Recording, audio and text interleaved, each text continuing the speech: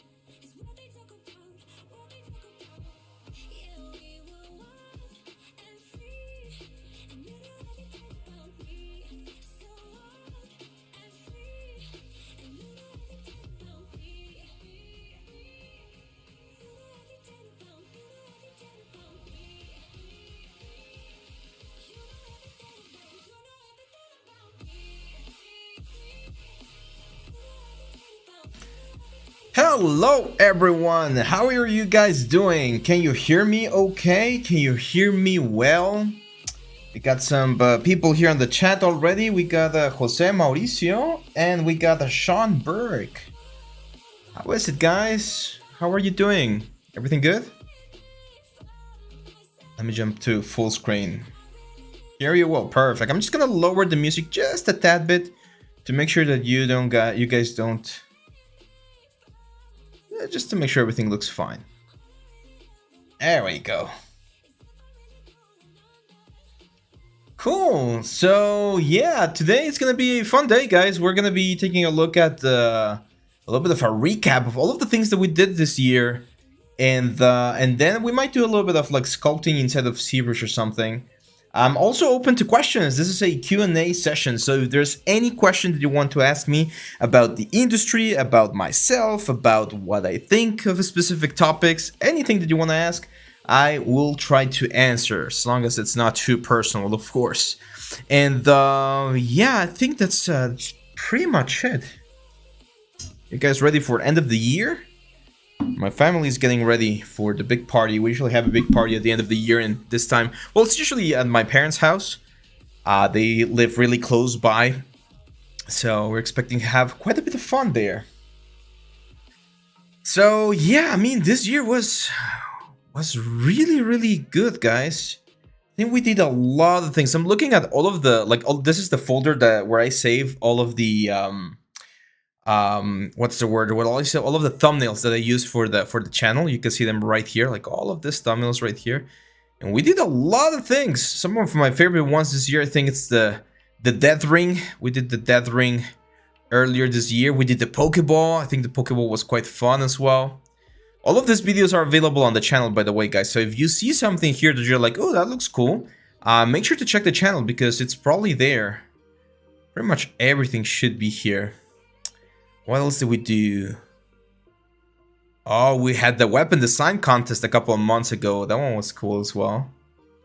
So we have our first question from 3D Learner. He says, hey Abraham, tell me about what's going on in the 3D industry. What's update and now? That's a good question. So I would say there are three main things right now in everyone's mouth. First of all, of course, is Avatar, The Way of Water. So everyone is talking about this movie. It's like the biggest CG release in probably the last 2 or 3 years. Probably, I think, since like Infinity War and Endgame. I haven't seen it myself. We haven't had the chance to go to the movies, my wife and I. But it looks like amazing. A lot of my friends actually worked here. I'm not sure if I told you guys, but before I moved back to Mexico, I actually had an interview with the company that was one of the companies that was doing this. I was being interviewed for a position as a 3D artist for this one. But due to visa issues and the fact that I had to go back to Mexico, I didn't work there, of course. But a lot of my friends are working there or worked there a while ago. So I'm really excited to see how this one turns out. And with this, of course, this raises the bar of our industry, right? Like now, this is the point of comparison. So if you're going to be doing a creature, everyone's going to be thinking about the creatures and the characters of the movie. So you need to try to get your stuff as close as possible to that level. Of course, no one's going to expect you to have like that exact level because it requires a whole team of people to generate this type of results. But the closer you can get, the more or the easier it's going to be for you to get a job on the industry. Then there was it was a huge honor, Sean. It was a huge honor back then to get an interview with these guys. So yeah.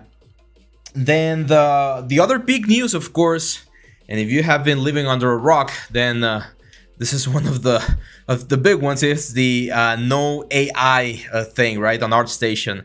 It's quite unfortunate the stance that ArtStation took because I've been a fan of ArtStation for a long time. I mean, it's not gonna die, of course, but especially on my circle of friends, a lot of people are actually deleting their accounts and deleting their images from the site because they're protesting against the fact that a lot of people are using AI to create stuff and upload it here to ArtStation. So we'll have to see where this goes. I did an AI video a couple of, I think, months ago. And though I do have my opinions on it, I think my opinions have like evolved a little bit regarding it. I'm not as fond as I was of it now, due to all of the copyright infringement and things that are going on.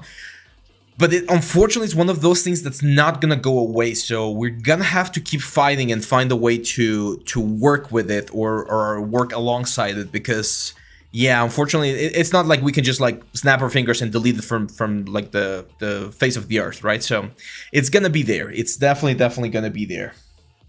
And then the other big topic I would say is there's been a lot of silence of updates regarding updates about softwares. Like, we haven't heard anything about ZBrush, we haven't heard anything about Maya, we haven't heard anything about like 3D Studio Max or Substance Painter even. Like, there's a lot of silence, and I'm not sure why. I'm a little bit concerned about that one. I'm not sure if it's because they're not like being able to create something as groundbreaking as before, or if we're getting to like a position where, again, technology, AI stuff and things like that is becoming too advanced. But we'll probably be hearing in the next couple of months about like the new updates. There was a new update, I believe, for Marmoset.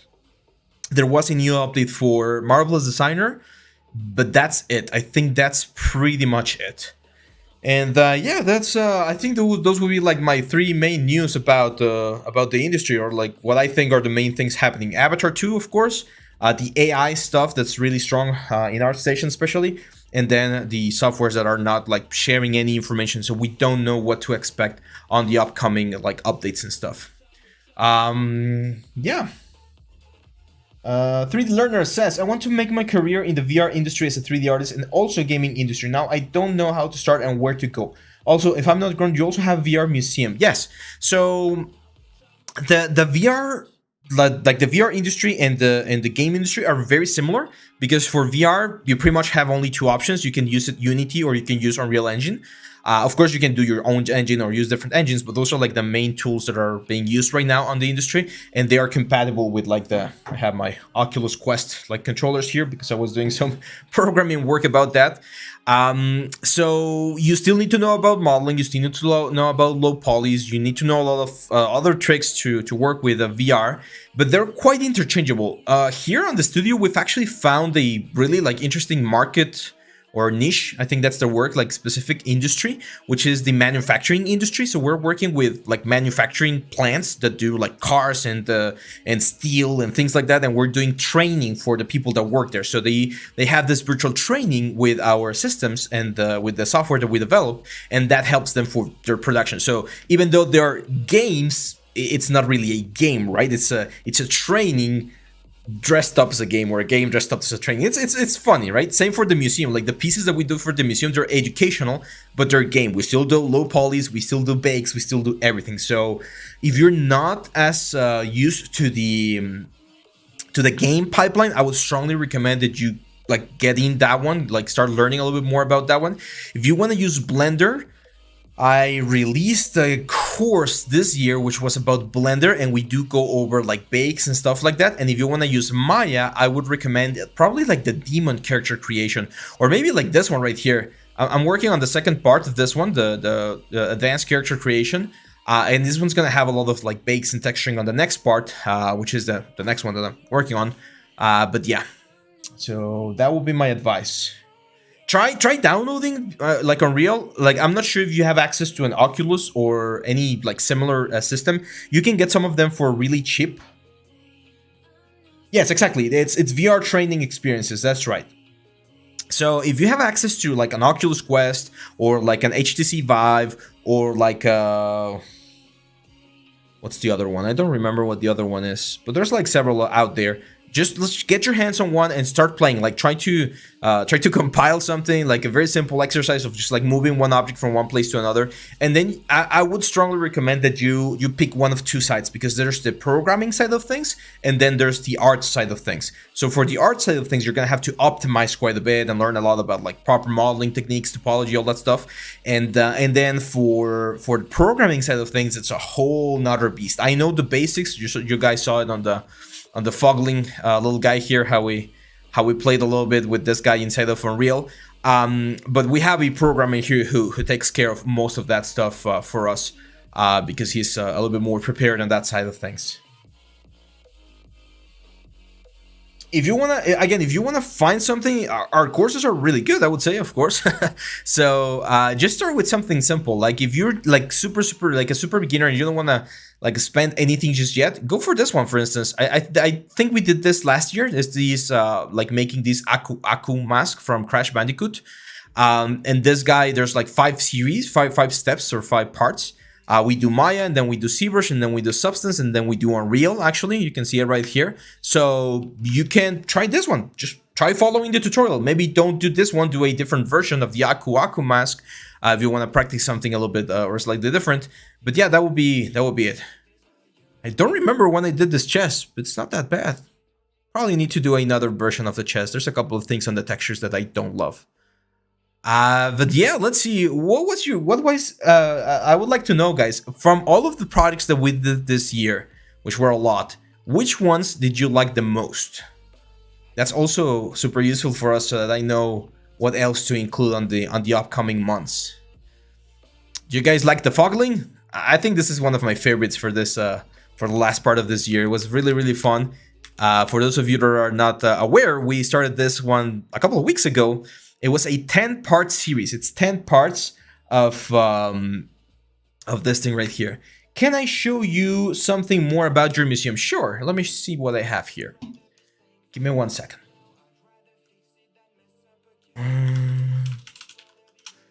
It's not my museum. I'm just gonna clarify that before I get like a suit or something.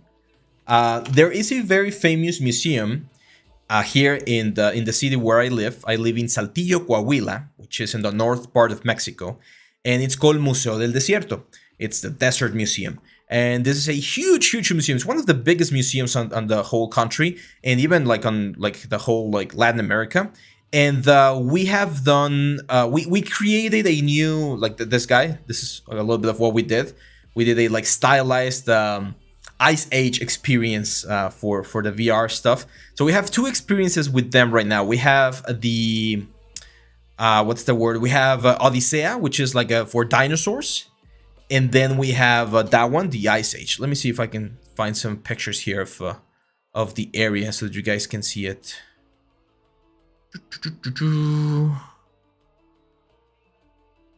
There we go.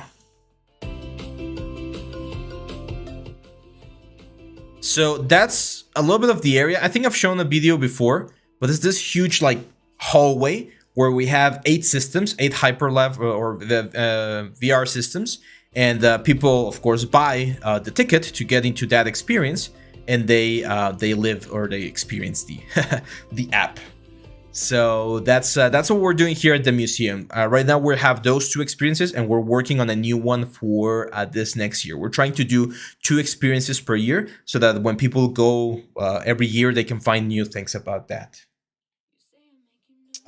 Pizza asks, that's a great name, by the way. I'm hungry. I'm actually really hungry. I'm currently a job seeker and found a company that it's interested in me, but their workflow is using Blender, and I've been using Maya for a long time. Do you think it's hard for Maya users to adapt to Blender? It took me about a year, on and off. If I had to jump like to do that full transition quickly, I think it would probably take me like 1 month or 2 months. But it took me about a year. Last year, actually, we did a like Maya versus Blender video, and it was like a huge debate. I learned my lesson, and I'm not gonna do that any other time. This one right here. It was the Blender versus Maya, and I gave my opinion. I was very honest about like the fact that I've been using Maya for 11 years now, 10 years last year. And but yeah, so I saw a lot of comments, people saying like Blender is actually really cool. There's a lot of really cool tools. You should learn it. So I started learning it. I learned it, and now I have a course on Blender that I taught or that I teach, which is the Gladiator course. It's like a character Blender course. So I do think even after 10 years of Maya, it was relatively easy to jump into Blender. It was a lot of like Googling things like, how do you find the mirror option in Blender? How do you find the extrude option in Blender? And once you know where tools are, it's, I would say, relatively simple to make the jump. So if there are no other jobs around and Blender is one of the things that you need to do, I would encourage you to learn it, but I will also like encourage a little bit of discussion with the client and be like, hey, I'm gonna start learning Blender. But in the meantime, what if I'm gonna do models, I can do them in Maya, and then I can deliver the FBXs to you or the OBJs. It's pretty much the same thing. And I mean, as long as they don't have any issue with that, that could be another option. If they're working with a lot of modifiers and stuff, then that might not be as easy. But you can try, right? Hey, Squad Grab, hello. How are you doing? Mert says that the Fogling and the Halloween special week was my favorite. Yeah, I think the Halloween special week was really cool as well. We did this little pumpkin thing, and then we did the coffin, La Llorona. This was a Marvelous Designer. Then this was Blender, actually, and we did this in Blender. Then with Substance Painter, we textured La Llorona. And then Marmoset, we rendered the Llorona. And I think that's pretty much it. I think I really enjoyed this Halloween's week as well. I was planning to do a Christmas week, but the Fogling was really successful, so we just kept going with that one. I really like the egg as well. I think the egg was a fun exercise as well, because we took it from something that looked kind of meh, which was this one right here. It looks meh, it's okay. And then we texture it and did a little bit of crazy stuff there, and even do a little bit of integration so that it looked like it was here with me in the studio. I think that was cool. Squad Grab says, hello, when comes new animation course in Maya? That's a great question. I've been thinking about doing one, but to be honest with you guys, I'm not an animator. So I know the basics of animation, and that's why I created the Introduction to Animation course for Maya, but I'm not that expert. Like, I don't work with animation as much as I would like to. So if we end up having an animation course, it's probably going to be with someone else, because again, I'm not super prepared to teach you like advanced concepts about animation. Sappy Ray asks, how do you know how to create any material like sew, leather, metal, and rock? I'm not sure what you mean by sew. I don't know what that material means. But there's, I would say, 3 secrets to creating a perfect material. First of all, research. So if you want to create like leather, you look for leather. And you need to define, okay, what kind of leather am I gonna do? Am I gonna do like a really clean leather? Am I gonna do like a raw leather? Am I gonna do like a fake leather, or more like a plasticky leather? Like, you need to do your research and find what you want to do. There's a very cool exercise that I give my students.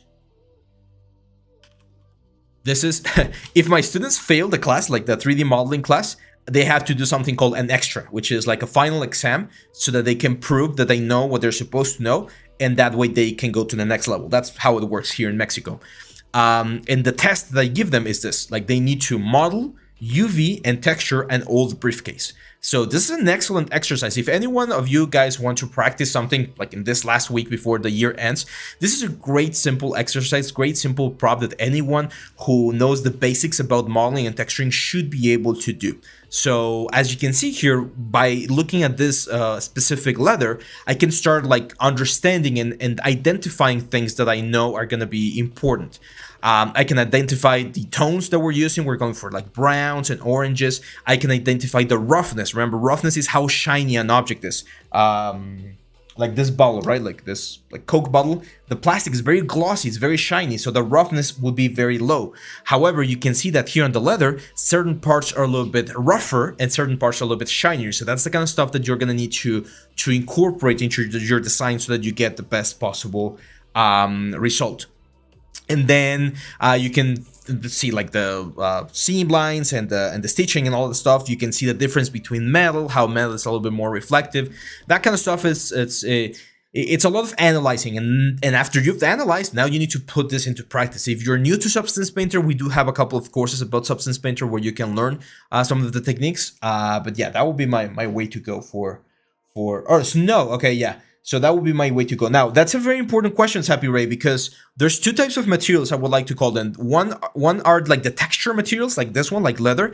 And then when you're talking about snow, so snow is not something that you would texture, right? Like, you can't texture snow. I mean, you could, right? But it won't look like snow. So snow has to do a little bit more with the shader, as you can see right here, the shader. So the shader are the technical parameters that you're going to be calibrating inside of Blender or of Maya to generate the material that looks like what you're trying to portray, right? So in this case, look how the surface works, how the roughness works, how everything works. We do have a couple of displacement videos. I did one displacement. Let me show you. Where is it? We did one earlier this year about Substance Painter, or not Substance, Blender and Displacement. I can't seem to find it here on this one. So we did this one, 3D Basics Displacement Maps. You can look that one up on the channel as well, and there I talk about how to calibrate the shader itself so that it looks more like what you're trying to do, because there's the texturing side of things and then there's the material side of things, and both of them are really important to create something that looks as nice as possible. 3D Learner says, your Maya full shot production course with Maya 2023 is really cool. So launch more courses similar to that. Yes, we're trying to do, we found two success things on the courses. One is having like a very big project and breaking it down throughout the course, like the Maya 2023. That one showed a lot of success because people like seeing the whole process. And then the other type of courses that are really successful as well are the ones that are multi-project, like the ZBrush course, like the Intro to ZBrush 2022, I think, where we have like 5 or 6 different exercises. That's also really cool because it gets you up to speed, and it's cool to learn. Punet, how are you, my friend? Punet Mishra. What about the new course? I'm working on it right now. Well, not right now, of course, we're streaming, but I'm working on it on this last couple of days. I hope we can get it done by next week. That's actually the due date. So I'm going to try to get it done by next week. And that means that it's going to be releasing probably in 2 weeks, roughly 2 weeks, which is going to be the texturing and the retopology parts of the process. Then we're going to have another one about that one. I'm not sure if it's going to be the next one or after that one, but we're going to have one about rigging. Rigging and probably grooming. We're going to do all of the groom as well on that one. So yeah, that's about the new course. So I don't see a lot of questions, so why not do a little bit of ZBrush? I'm just gonna free sculpt something and see what we can get. You're welcome, my friend. You're welcome. I'm just gonna start sculpting something and keep the questions coming, guys. I'm gonna be here for a little while, so I'm just happy to enjoy a little bit of time. Actually, I haven't been able to sculpt, freely sculpt in a while. So let's see. What should we do? Should we do a creature or should we do a character? Hey, Hat Mijares, sí, yo vivo en Saltillo, brothers. Estamos acá al norte de Saltillo, Torreón. De hecho, fuimos a Torreón hace poquito. Hubo un evento en el Tech de Metaversus y ahí estuvimos presentando un poquito de lo que hacemos ahí con el resto del estudio. Cuando gustes, brother, mándame un mensaje y nos ponemos de acuerdo. I was just telling Gav that, yeah, I live really close by. He lives 3 hours from here on a different city in the same state. So what should we do? Should we do a monster? Should we do a character? I kind of want to do a character, stylized character. I am from Mexico, my friend. I live in Mexico, in a small little city called Saltillo, in the north of Mexico. Please don't de-ox me. De-ox me, or I don't know what the name is. There we go. So that's Saltillo. This is Mexico. In the north of Mexico, one of the most important cities on the north of Mexico is called Monterrey. It's this one right here. And I live 1 hour away from Monterrey in this little city called Saltillo. And our good friend here, Gab Mijares, he lives in Torreón. Torreón is right here. So as you can see, it's all of this length. It's 3 hours. It's a 3 hours drive. And I know most of you guys live all the way on the other side of the world. Actually, I researched, and India is literally on the other side of Mexico. You can see it right here. So we're literally 12 hours away. We're in the exact same opposite part of town. Yeah, the city is really small. It's just 1 million inhabitants. So it's a small city right here. We're very close to this huge mountains right here. So that's why it's really cold right now. We had snow last week in Christmas, actually. Okay, I'm gonna do a character. Should we do a male character or should we do a female character? I actually, I never thought about going to India, to be honest. But after meeting you guys and working with Nalin for so long, it's definitely one of the places I would love to visit. So if I ever go to India, I'll let you guys know, and maybe maybe we'll be able to see each other.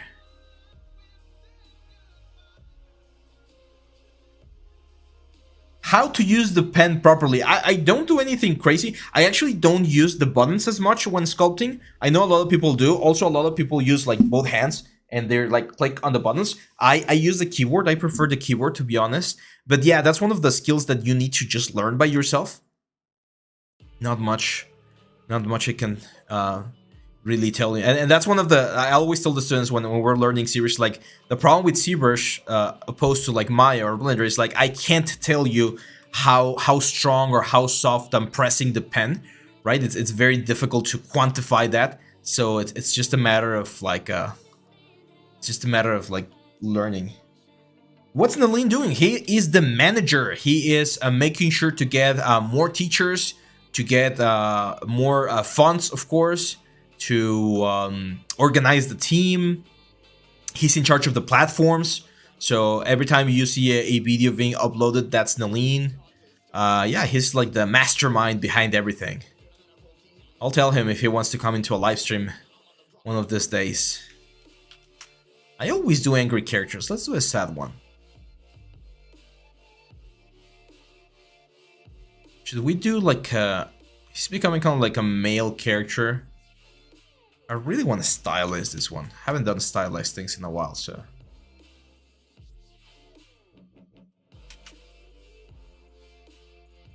How did Nalin and I got connected? That's a great question. So, before I was working here with Nexttut, I did a couple of videos for another company. You might have seen some of those videos out there on the wild. I did, I think, 2 or 3 for that company. And I think he saw one of those. And I think he liked my style. So he contacted me and he was like, hey, I want you to do a course for me. We discussed the prices and everything. And I did the course. The first course that I did was the environment creation for film. You guys probably seen it. That one's like an alleyway, like an Italian cafe alleyway.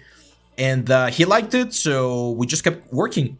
And then last year, when it was, I think it was like June or July, he was like, "Hey, we wanna push the YouTube channel a little bit more. So would you be interested in the uploading videos there daily?" And I was like, "Yeah, that sounds fun." It was a pandemic, so I needed more work. We hadn't started with the VR stuff here in the studio, so I had a little bit more time. Now it's getting a little bit more complicated because there's more stuff that we're working on. But yeah, that's how we met. Can you suggest some tips to learn her creation action? Keep it simple. I would suggest keeping it simple. Like start, we did, I think I did like a gladiator helmet at the beginning of the year. I would start with that, like just do a quick exercise so you understand the basics, and then do like a beard, and then do like a mustache, and then you start going for more and more complex stuff, because action is really complex. Also, you are gonna need a good computer because it's heavy. It can get quite heavy. It also depends what you're going to be doing it for. If you're going to do it to create haircuts, then you're going to need to learn how to do haircuts as well. But if you're going to be doing it for like cinematics, that's a whole other thing.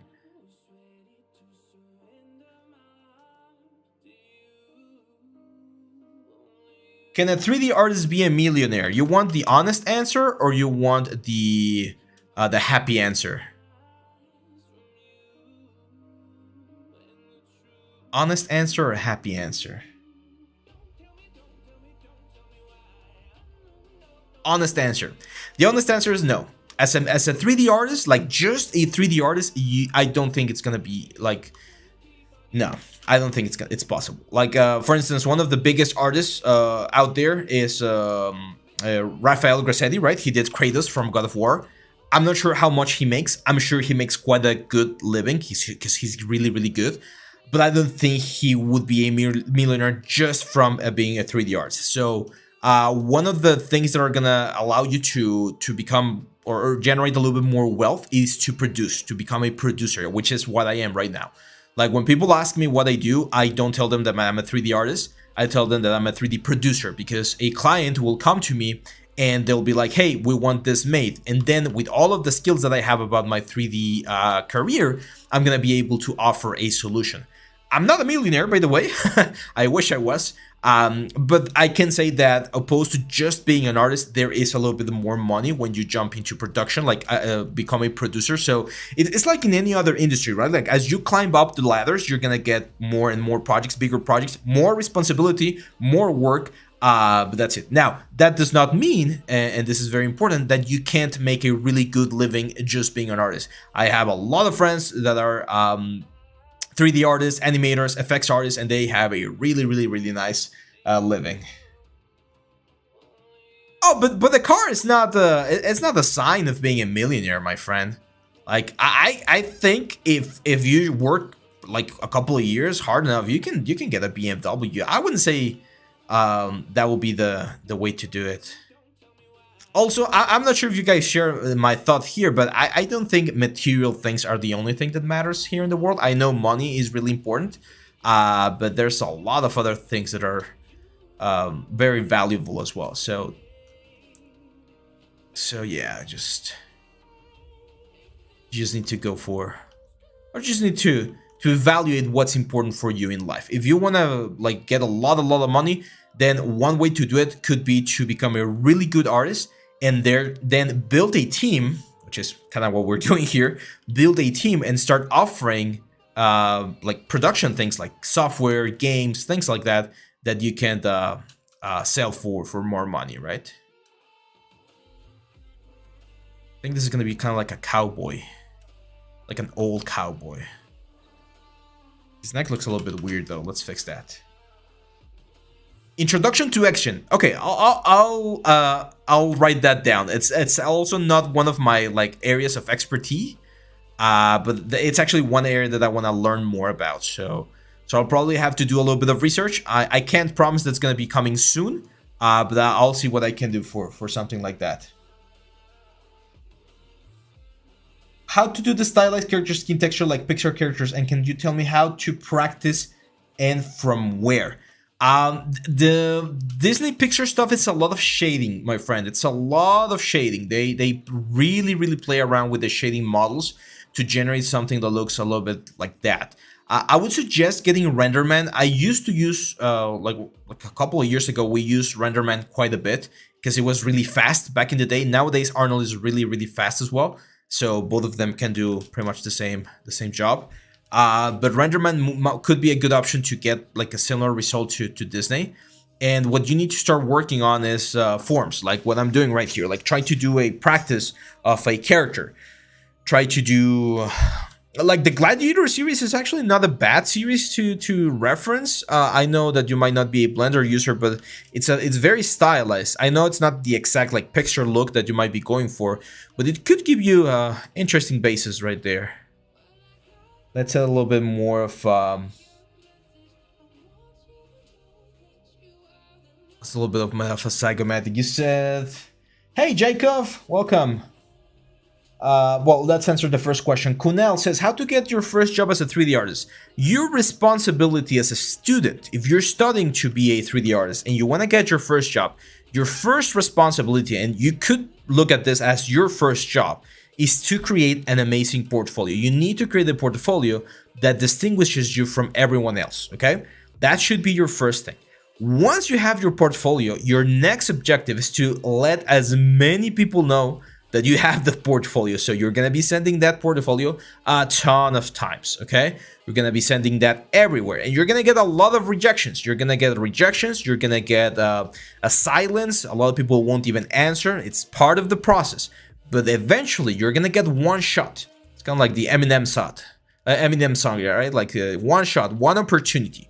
Once you have that opportunity, like when someone says like, "Hey, we like your stuff, let's do something," that's when you need to make sure you do the best possible job, because that thing right there, that's your connection to the industry. And from there, maybe let's say that there was a team of 5 people working on that project. Maybe the same people that like hire you won't hire you again, but someone else on the team might be like, "Hey, I want to work with that guy again because he was really good and he was easy to work with. He did an amazing job, so I want to work with him."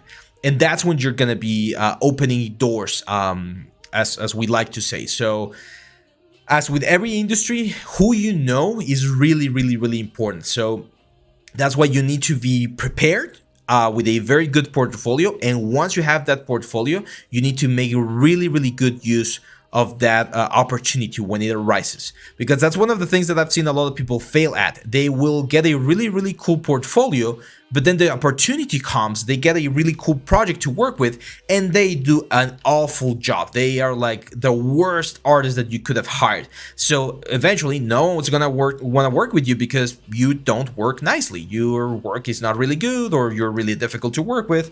There could be a lot of like options and things, but it's very important that you try to always do the best possible job.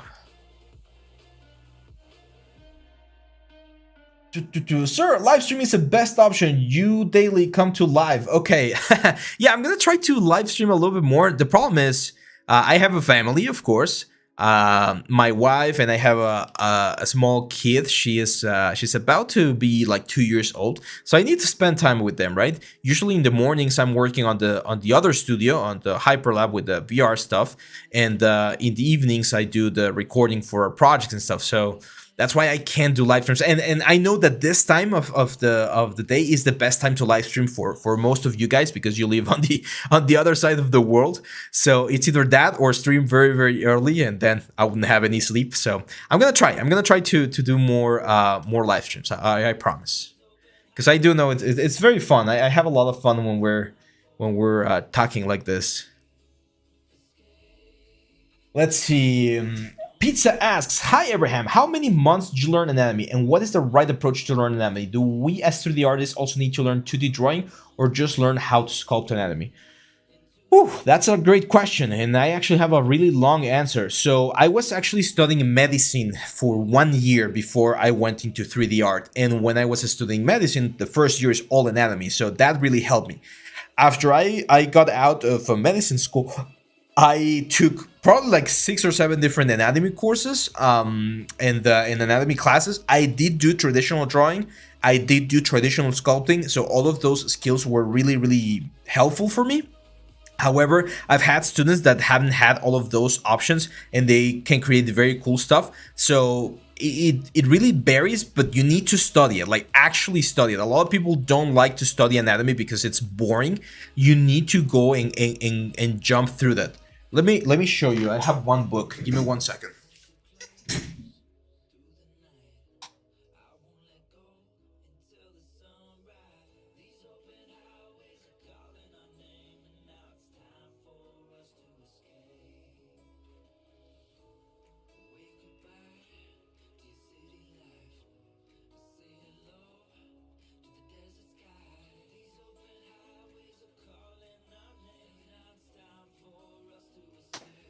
This is what I mean by studying. So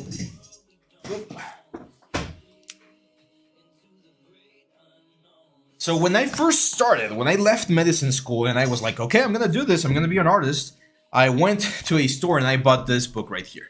It's called Anatomy for Artists, and it's literally all of the parts of the body. Let me go full screen. There we go. So it's all of the parts of the body. And what I did is I literally drew them. Like, I copied every single piece of the body to learn them and to learn how to draw them. All of the muscles, everything. But it was a very, very simple book, right? And I wanted to be a character artist for games. So the next book I got, this is a very old book. This is by Scott Spencer. She goes now by the name Madeline Scott Spencer. She works at Weta, so she did a lot of the Hobbit movies and all that stuff. And this is a really good book as well. It's a lot of explanation about all the the body parts and how to use ZBrush. Back in the day, we didn't have Dynamesh. So this is when Dynamesh was not available. There was a lot of other things that you had to do, but it's really, really cool. I strongly recommend if you can get a PDF copy of this one or something.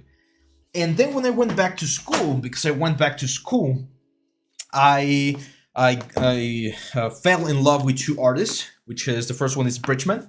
So George Bridgman, he was a an old school artist, and Bernd Hogarth. They were both they're super, super powerful and strong artists, or were when they were living. And all of the information that's in these books is just super, super valuable. It's not as precise as what we are used to seeing, but I also I literally took all of these drawings, probably not all, but most of these drawings, and I just copied them.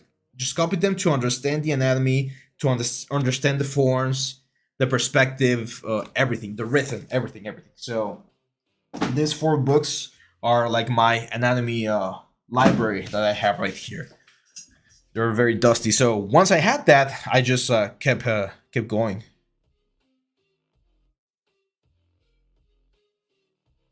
Hey, you're welcome, Hatem. I'm glad you're watching. Yes, I announced that we were gonna do this today. I'm trying to see if we can do this more frequently. So stay tuned for that. Let's see. Mert asks, what would you advise to someone who wants to get a job in a studio as a character artist? I'm spending some of my time studying environment too. Should I only focus on character? If that's the only thing they want to do, yes, you should be the best character artist. However, and this again is one of the advices that I normally give, the industry or the pool for character artists is small. The pool for 3D artists is really big. So sometimes what you can do is you can get a job into the industry by being an environment artist or a prop artist or something, and then transition into a character artist. If you can land a character artist job like straight out of school or very quickly, then go for it. Just focus on that and just be the best character artist out there. But sometimes it's not as easy. I was fortunate enough that the first job that I got out of school was a character artist job. But after that, I've gotten so many different things. So yeah, don't. One of my advices is don't stick to just one thing. Always try to branch out and know a little bit about the whole process, because sometimes there's a little bit more demand for certain types of jobs, and sometimes there's more demand for other types of jobs. Hope that makes sense. Should I buy a Wacom tablet or a mouse as a 3D artist? You need both. I use both. Where's the music? Oh, there's the music. I use both. So I actually use a Huion tablet now because it was a little bit cheaper than the Wacom tablet, and it's been working great so far. I got this earlier this year. Some of you guys might remember. But yeah, you're going to need, especially if you're going to be sculpting or painting, you are going to need a tablet. Some people like to work with Maya and a tablet. I find that a little bit uncomfortable, to be honest. So I don't do that as much.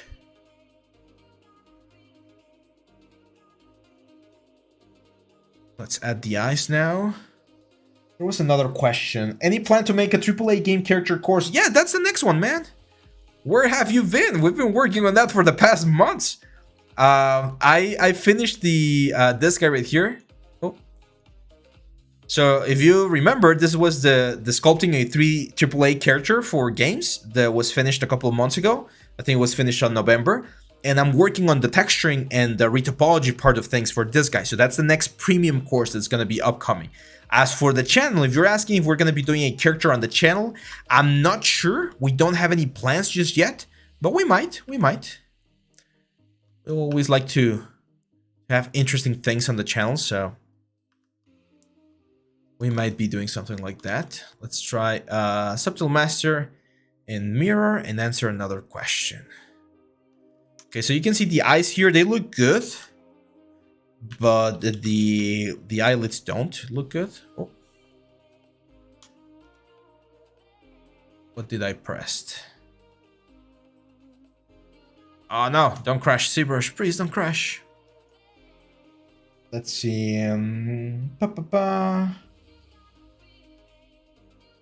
3D commercials, yeah, that could be a good idea as well, 3D commercials. Let me free some memory here. Ah! Sorry, I closed the music. Let me bring it back.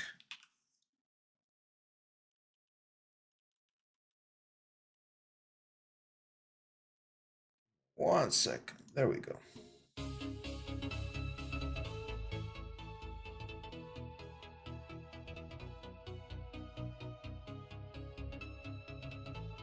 An avatar CG character. Yeah, that would be quite the... It will be quite the it will be quite complicated. As I mentioned earlier, it's not easy. Those type of characters, it takes a whole team to do one.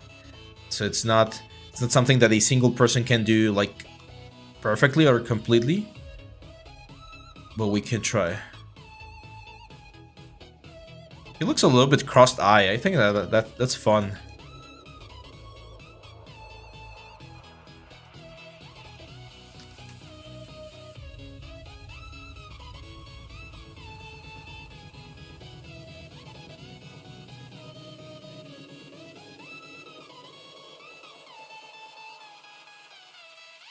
Yeah, this looks like a cool character. Let's give him a mustache.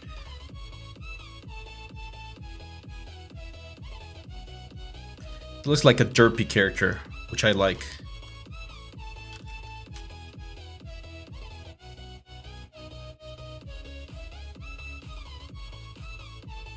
See how much a mustache helps? That's why I don't shave. My face without any facial hair would be really funny. Like a baby.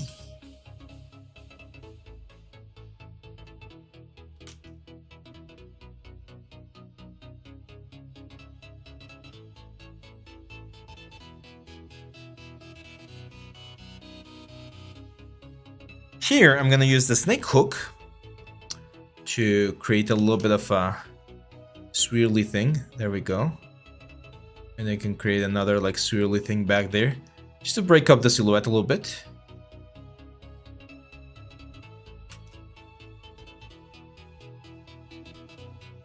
There's this guy, I don't know the name of the actor. He plays a lot of like this old like sheriff looking guys in movies. But yeah. Now it's time to increase the resolution a little bit. Ooh, that's a great question, 3D Learner. Can a single person make a complete 15-minute 3D animation story videos, like something like telling a story in 3D? Yes, you can. However, you need to understand the what's the word? The scope of the thing. Can someone make a 15-minute cinematic with the quality of like Blizzard or Riot or Blur Studios? No, like no way. It's gonna take him 30 or 40 years to do that. Or I don't know, like it's just no way that you're gonna be able to learn all of the necessary skills to do something like that. But can you do something like a small like Pixar style commercial, or not Pixar in Pixar movies, but if you guys have seen like Pixar shorts, right? Like it's probably not gonna be like, you're probably not gonna be able to do something like the volcanoes one, or but something like the birds, like that's something that you could do. Like someone, like a single person could do a little short like this guy right here. So it is possible, but you need to manage the scope. Okay, so if you're trying to do something like that, you're not gonna have 50 characters. You can have one character and tell the story with a single character, right? That can be done, but for like something super big, like then no.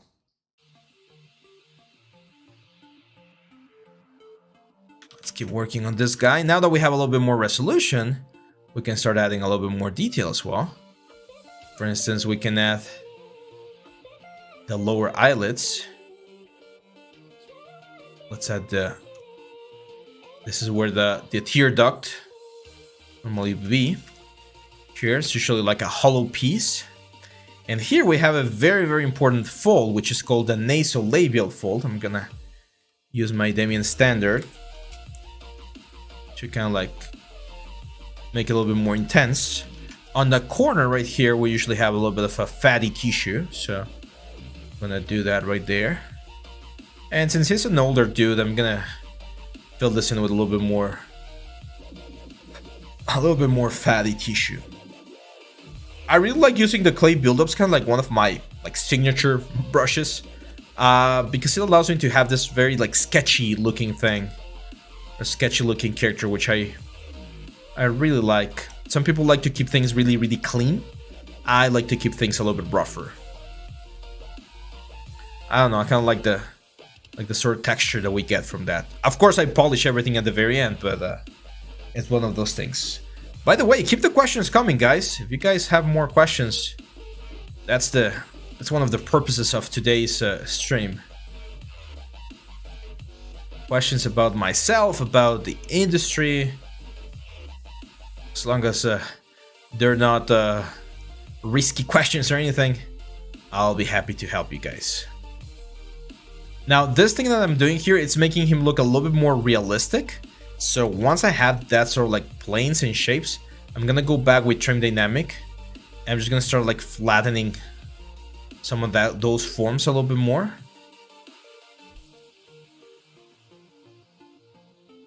So we can get back into the sort of like stylized character that we were going for. Unreal and Unity, which one do you prefer? As an artist, I prefer Unreal because since I don't know programming, it allows me to create things faster without having to worry about like writing code. And thanks to the visual scripting nature of Unreal, I'm able to come up with the solutions that I'm looking for. However, as a developer, like if I were to start over and I had to learn everything from scratch, I would definitely learn how to program because I know that the flexibility that that coding gives you inside of Unity is just humongous, right? Like it's incredible how much things you can, how much you can customize the software if you know how to do it. I don't. That's why I have to work with the tools that are given to me instead of Unreal. But if I had to pick, those would be my reasons. Here in the studio, we use Unreal. We just did one application last year inside of Unity, but we had to hire someone else to do it because no one here in the studio knows how to use Unity.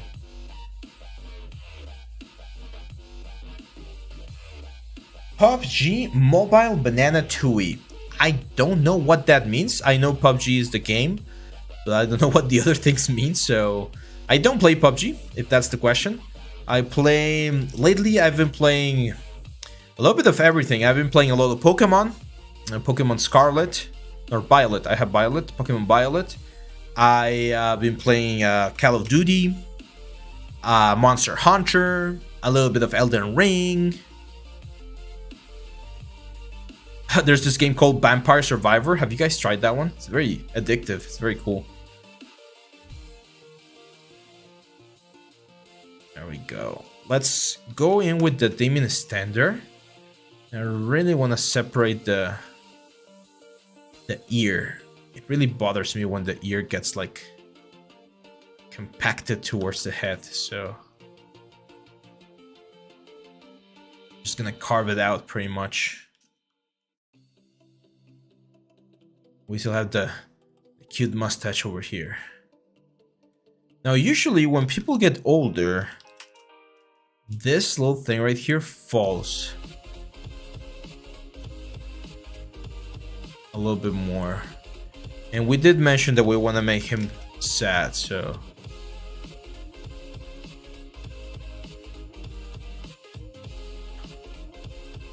I'm gonna make him a little bit sadder there.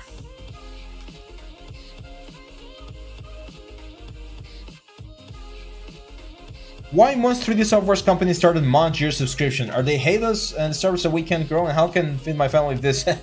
Yeah, I agree with you there, my friend. It's really annoying, to be honest. But at the same time, I mean, it's capitalism at the end of the day, right? Like people want to get as much money as possible.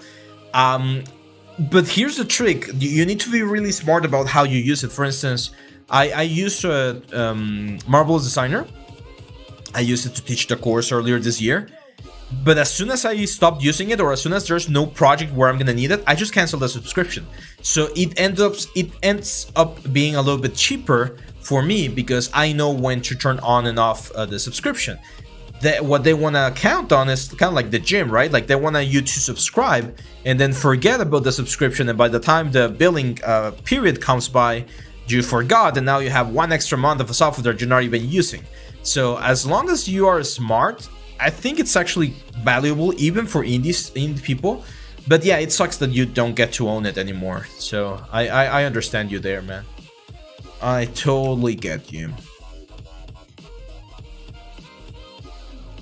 Let me get some water because I'm talking way too much.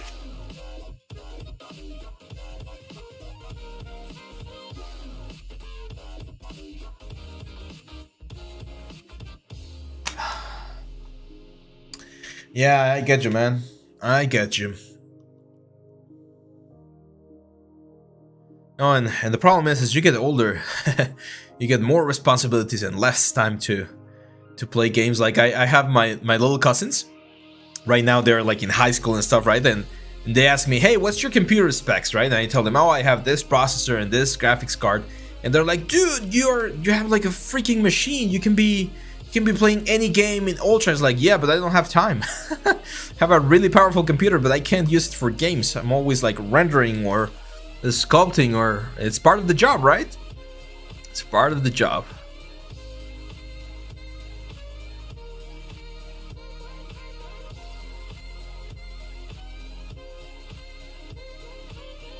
Let's give him some extra eye bags right here.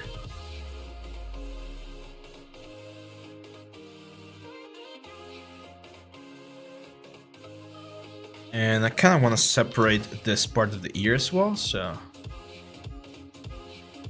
there we go.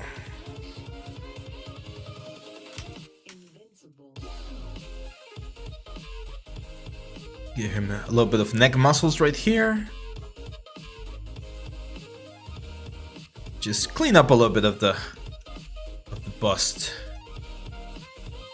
Back here we have the trapezius muscle.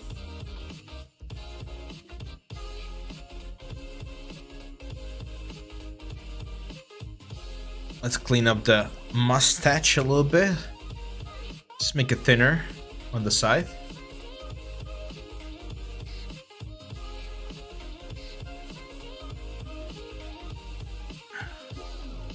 I'm just playing with the curvature here to get like an interesting silhouette.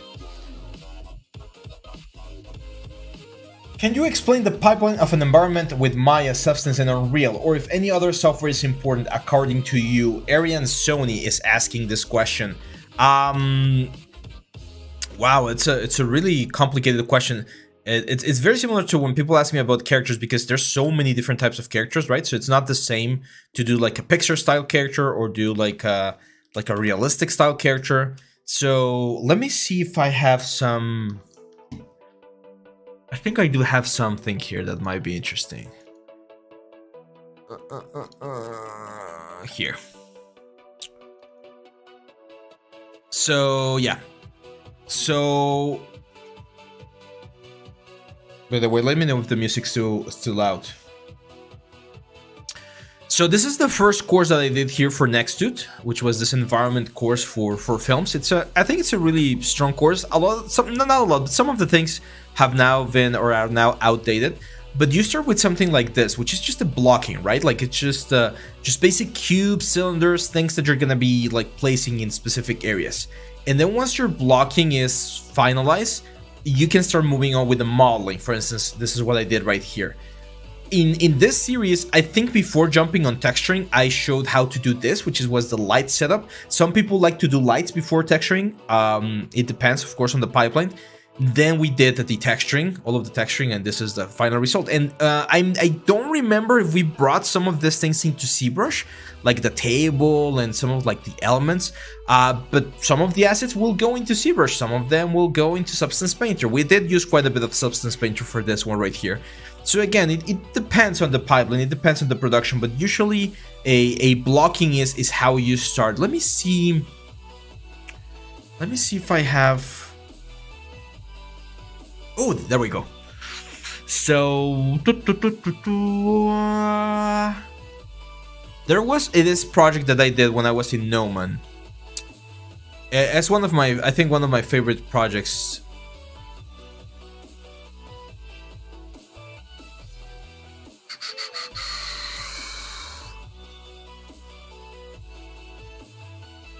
Let me see if I can find it real quick. I don't even remember when this was rendering. Was it rendering? Yes, this was. I need to revive this project because it was actually a really good project, but unfortunately I did this in V-Ray a long time ago, and it's just different. So it was this was a really like complex thing, because the concept that I chose, and that's one of the things that I learned, was a really cool concept, a really bad idea. It was this one right here. It was Fantasy RPG Town by E. Mendoza.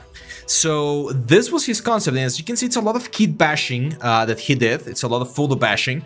So he just took a lot of things and just kind of like went to town and created this interesting buildings. So I had to like figure out a lot of stuff and deviate a little bit from it. If the concept was a little bit clearer, I would have been able to get something that looked a little bit better. So research, I did a lot of research, textures, doors, everything.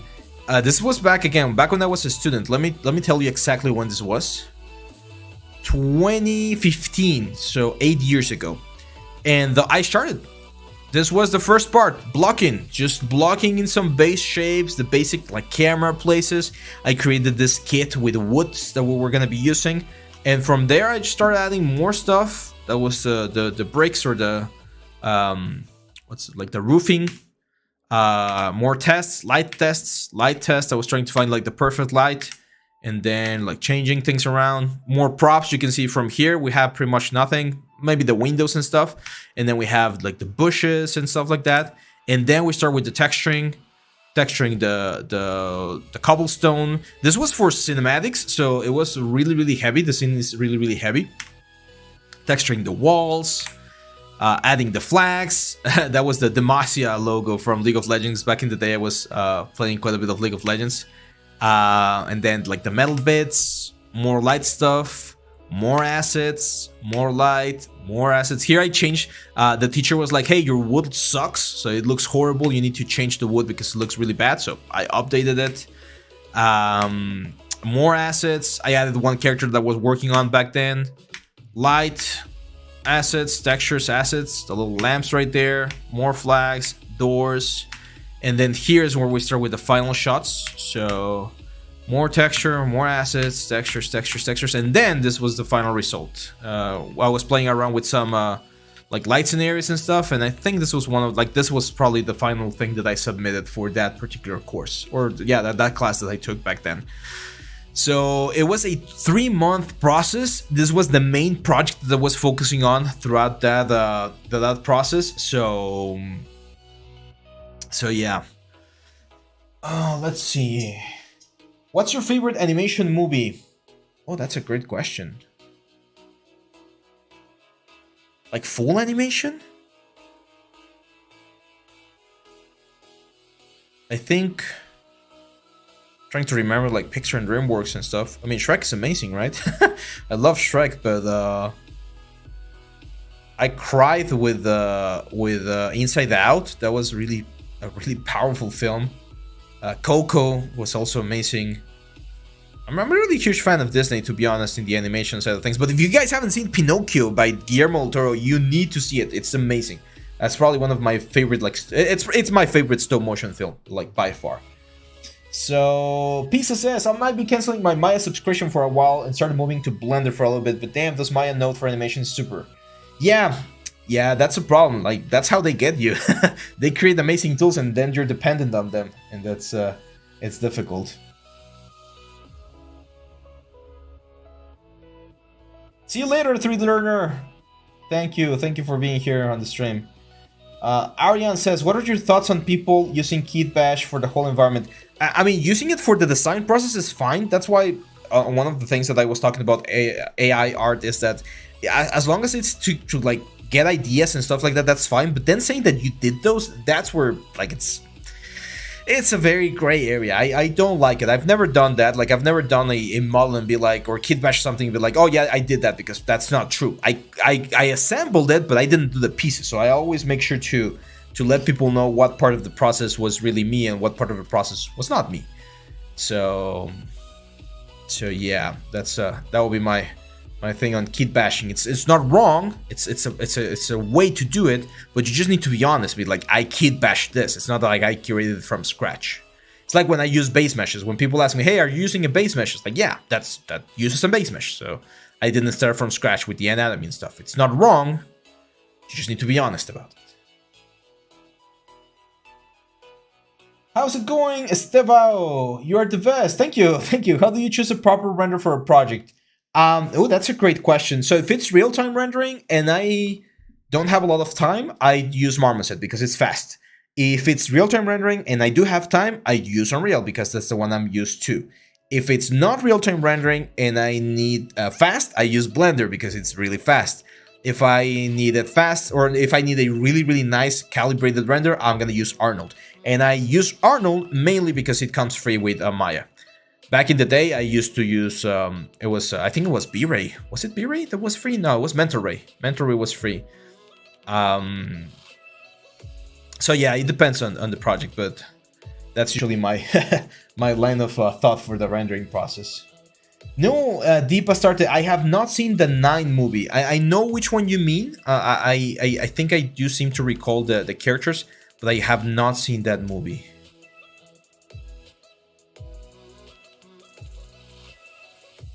Yeah, Unreal is really powerful, and they're gonna keep growing. Like the main goal of Unreal is to become like a full DCC application.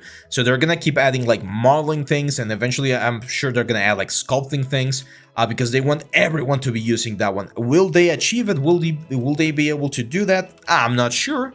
At least not in the next couple of years, probably. But they are a very, very strong thing.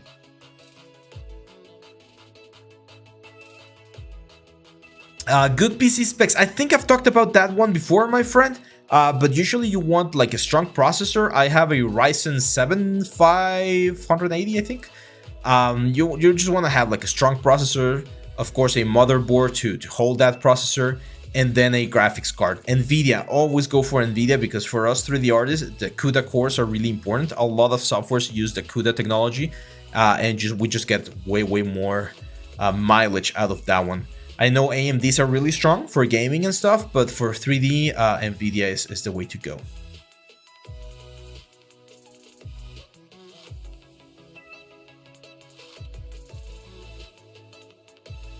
Oh, so this character's not looking bad. I wasn't really sure what was gonna happen when we started, but yeah, not bad. Let's add the clavicles, because he's definitely missing the clavicles.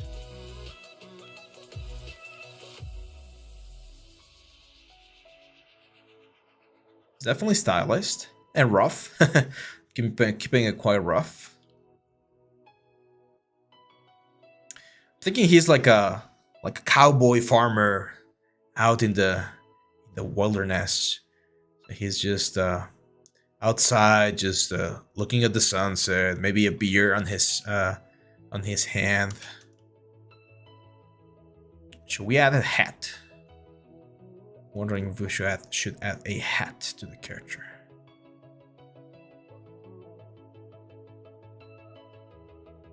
For instance, there, what I just did there, that's something that I very frequently do, which is I remove volume and I add it back up. But that way you get those interesting like variations and changes that make your character look a little bit more original. Serendipity. How to do this without reference? A lot of practice. And you need to build your own like mental library. Like the reason I'm being able to do this is because I've seen so many characters, films, movies, games, and I'm using all of that as an inspiration, right? Like even if I'm not like recalling exactly what, like my brain is just filled with all of this like mental images that tells me, hey, this could work, this could look okay, like you can try this. So but yeah, practice is really important. Like if I showed you some of the things that I did back when I was a student, it would be like, oh my god, that's horrible. And yeah, it was horrible. But you keep practicing and you get better. It is difficult, right? Because when you're a student, you're like, oh, I already want to be better. It's like, yeah, but it takes time. Again, I've been doing this for 11 years. I started in 2011. 12 years. Is it 12 years already? Wow, it's 12 years. I've been doing this for 12 years, guys. So when you are doing this for 12 years, you will be better as well. Hopefully you will be better than me. That's my goal. I want to make sure you guys get as much info as you can so that you can achieve those goals that you also have. So that's why we're here in this world, right? To help each other. At least that's what I like to do.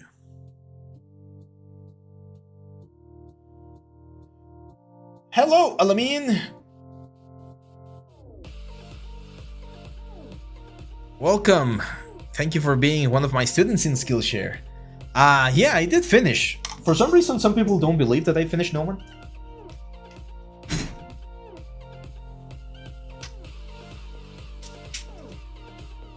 But I did. This is my certificate. There we go. So, certificate of completion, Abraham Leo. March 2016 is when I graduated.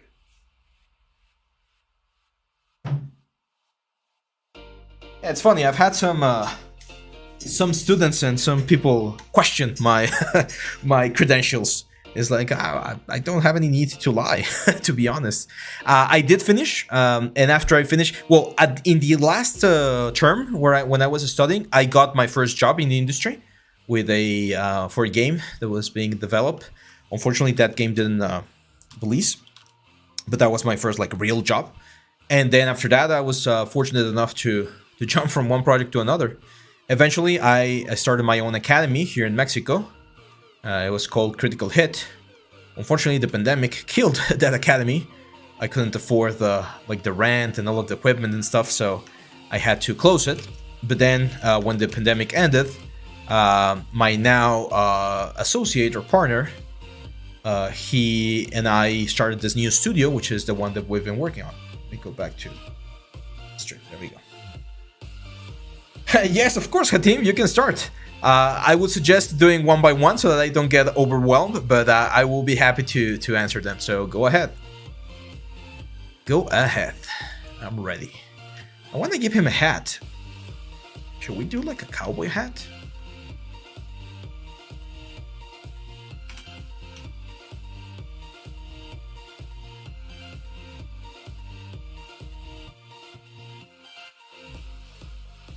So a cowboy hat. I like that one. Okay. So this is an interesting one because normally I would do the hat inside of Maya, but I'm gonna try to do it here. So let's start with a cylinder.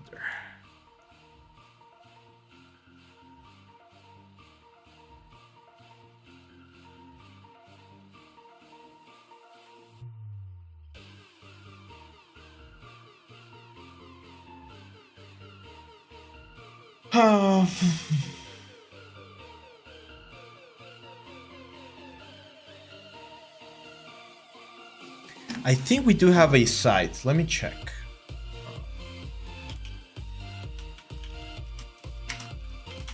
We were working on this. There we go.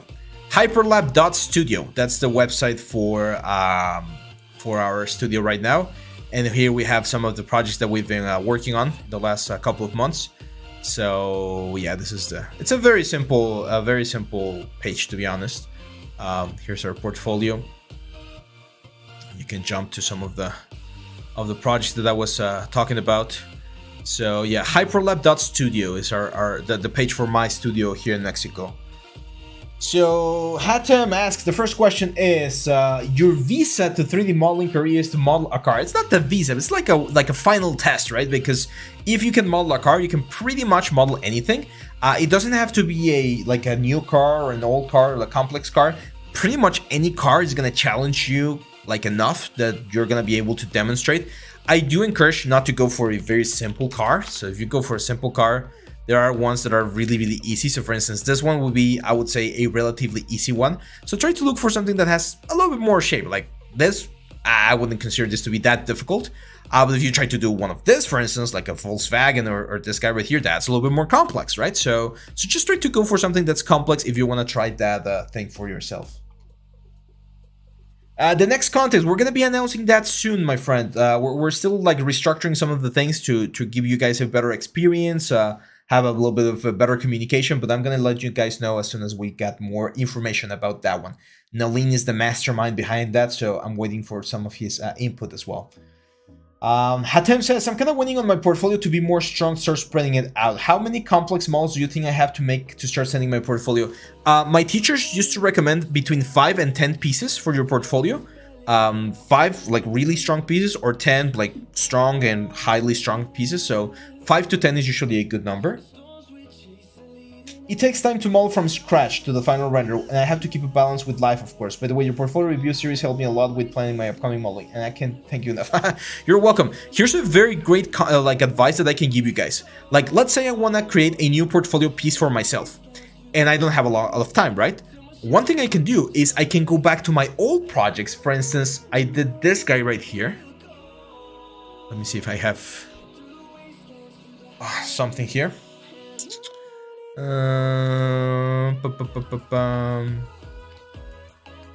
Yeah. So this was a character that I did a long time ago. I actually have the armor, it seems. Let's see. There we go. So I have this girl right here. Okay. So I did this girl like what? 8 years ago, 2015. This was my one of my like character class that I had to do. Now I take a look at her and it's like, okay, there's a lot of things that are wrong. Some of the proportions are wrong. The hair looks really bad. The face looks like an alien. Like the proportions of the face are wrong. But I could fix her, right? Like if I take, let's say, 10, 20 hours to fix the sculpting on this one, I might be able to salvage this girl right here and create a new portfolio piece using another work that I had before. And that's something that you should definitely do, because sometimes, yeah, starting from scratch is just way too complicated. Let me see. Here I have another one. Oh, it's the same one. I actually used the same project for two for two classes. Let me see if I have something else here. I had another one here. This is another one that I want to redo. Here. So, for instance, this is talking about the cars. This was the car that I modeled when I was learning modeling. It was a Mercedes-Benz 1920 something.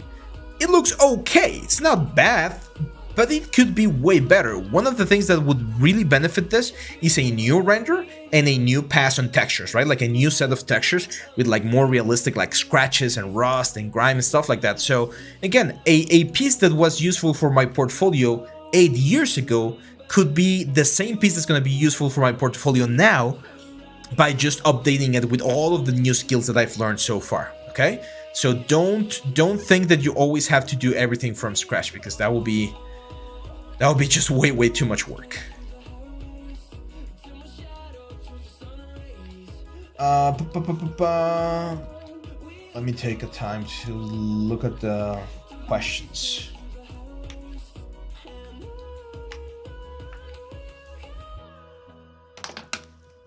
Yeah, Deep Astarte. Blender is really powerful, especially if you're gonna be starting as an indie artist. I think Blender is quite powerful. A lot of people are gonna say like, no, you shouldn't bother with Blender. You should start learning Maya from the get-go.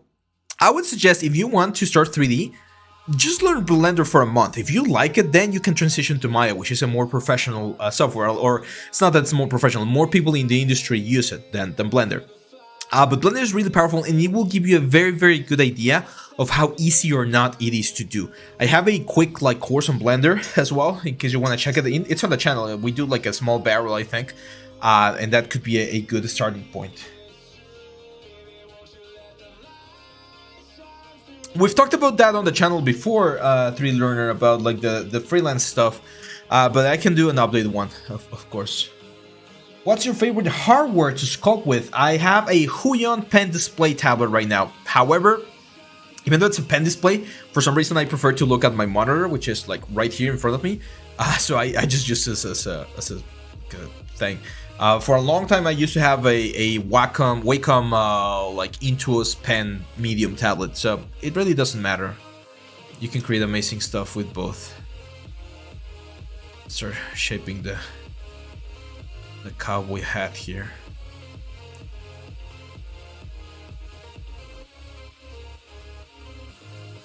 Reference, always reference, because I'm not a cowboy, so I don't know how cowboy hats are.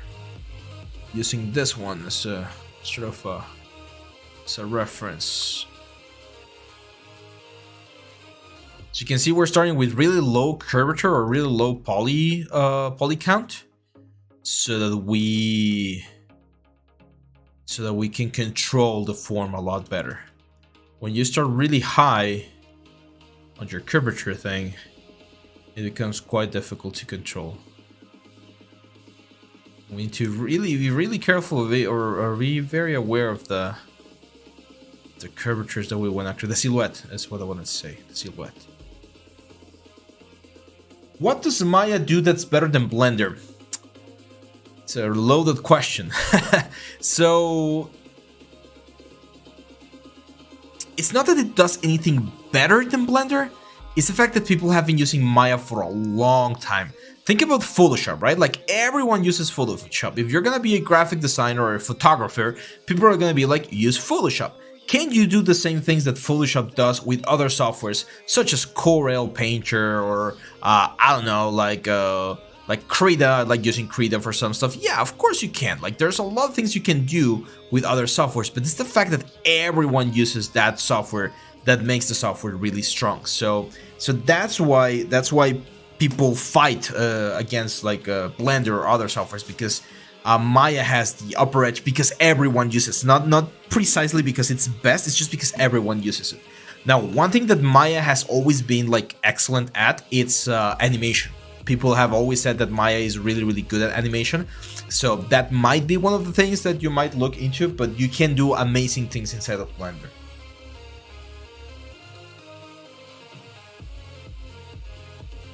I personally use both of them. I would say, of course, Maya is my main weapon. I use it the most, but I know how to use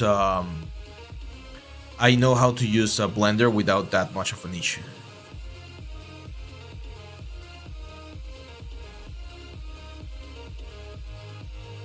Okay, I'm gonna isolate this a little bit. I'm gonna select these faces right there. I'm gonna press Ctrl W. There we go. So polygroup that, and since that's the thing that we're going to be using to create the top of the hat, I actually want to make sure that the top of the hat fits on the back of the character. So I'm going to use my brush here. There we go. So we like capture the back of the character. We can go really close there if we need to, but that looks fine. I'm also gonna add another line right there. Now with Move Brush, I want to shape this thing a little bit. Actually, let's get this really close to the head, because that's where the hole for the head is going to be. There we go. Now comes the interesting part, because we want both parts of the thing to be. Well, here's where we can fake things a little bit. So here's what I'm gonna do. I am gonna go to QMesh, and I'm gonna QMesh Polygroup Island. As you can see, that can bring a whole island up like that. There we go. Oh, just a little bit. Come on. There we go. Now I'm gonna Control Shift click that guy.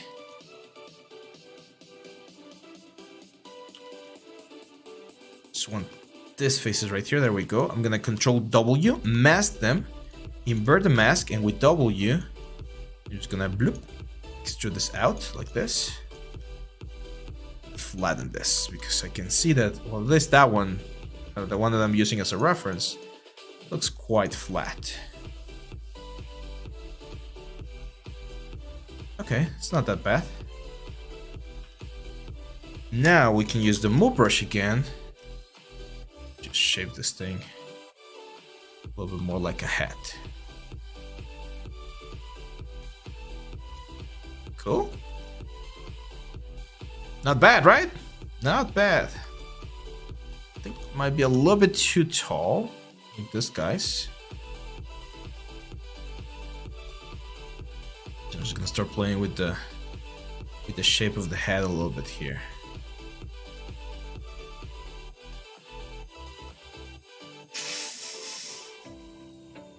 Yeah, everything pretty much, at least for, I would say, like, again, indie studios, mid-level studios, AA studios, and maybe some AAA studios, pretty much everything you can do inside of Maya, you can do inside of Blender.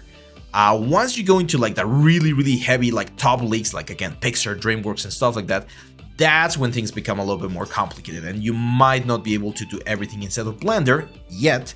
But the Blender Foundation has a lot of money on them, and they're working to get into the industry and be an industry standard. So I'm sure they're gonna be able to create very cool looking things as time keeps moving forward. This thing, as you can see, has a lot of edges, so I'm gonna start deleting some of them. Delete. Delete. Actually, complete.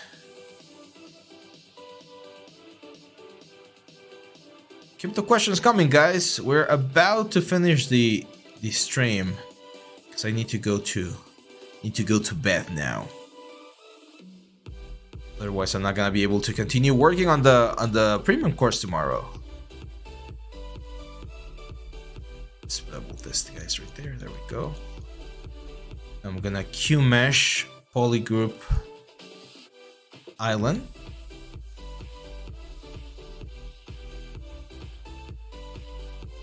Q mesh. Go. Also this one. Let's bevel them. C modeler is not bad. It's a little bit different than what we're used to, but it's not bad. We can get this sort of stuff quite quickly. Now what I'm gonna do is I'm gonna give it a couple of divisions, and then I'm gonna dynamesh with the highest of division level, so something like a 500. And that way we keep all of the detail. And why am I doing this? Well, because now I could go, for instance, with my knife curve, and I can take away. I'm gonna break symmetry. I'm gonna take a piece out right there. And then let's take like a small piece right there. And another one right there. And we can use our trim dynamic to just like damage this thing a little bit.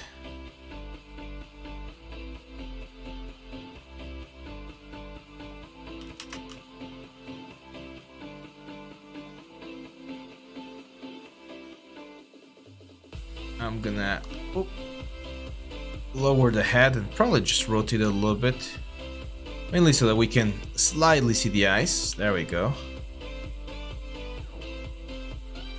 No, unfortunately I don't have a job for you right now, my friend. I wish I could hire everyone, but it's expensive to hire a lot of people, so we don't have a job right now. I'm sorry. I have a lot of students here. I teach about like 80 students a year here in Mexico. I wish I could give all of them jobs, but it's just not possible. But they all find jobs eventually, so that's always good as well.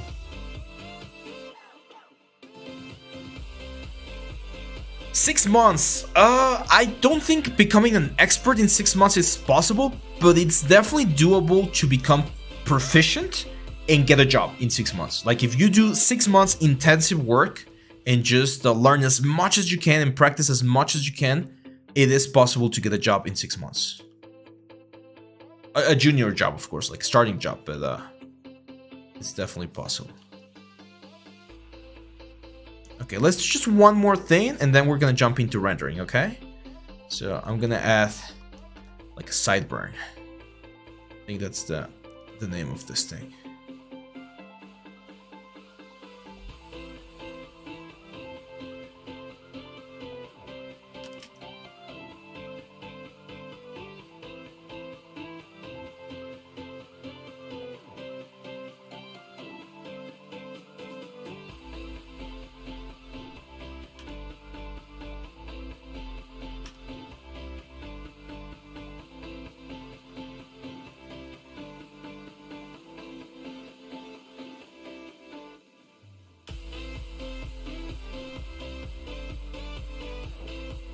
Very important that we fade this in, so it looks like it's coming from underneath the hat.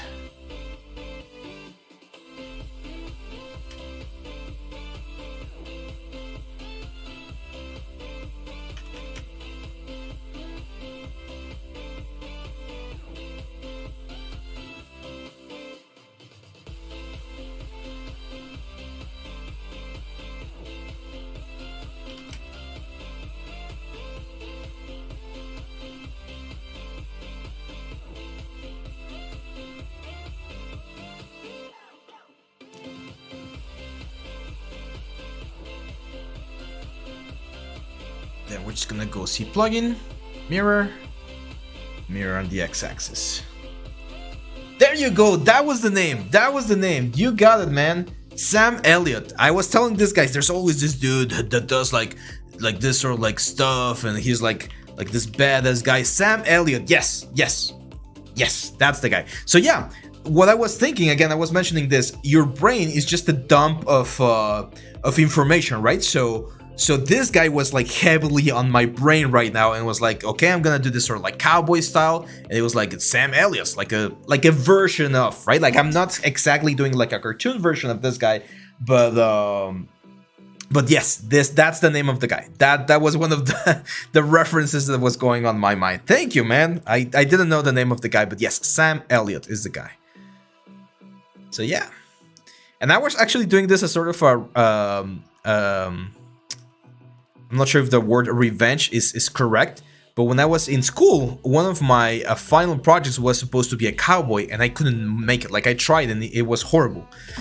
So I was like, hey, let's do a cowboys. I want to redeem myself, like a redemption project. There we go. So yeah, now let's go to rendering. I'm just gonna do this very simply. I'm just gonna say merge visible to get a single object, and I'm gonna go see plugin.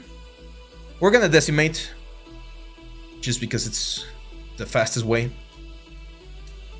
But yeah, Sam Elliott. There you go. Yeah, right? He kind of looks like Sam Elliott. Sri Lanka. Oh, that's a great... I would love to visit that country as well, my friend.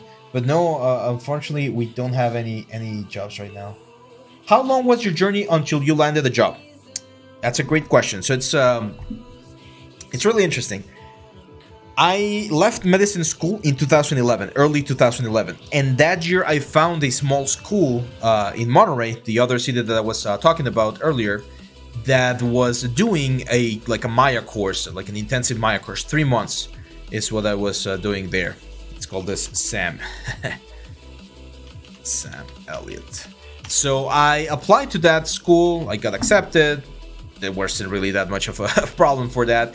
And after I finished that school, there were people looking for my skill level there. Like I was a super horrible bad 3D artist, but as long as you knew how to do like extrusions and stuff, you were hired. So I was lucky enough to get like my first industry job then, and I worked on a little game called Wetopia. I've talked about this one before. This was a Facebook game back in the day, and the studio that I was working on, they were doing this game.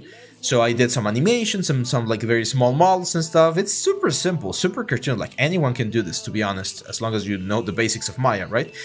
And but I knew that I wasn't prepared enough, so I left.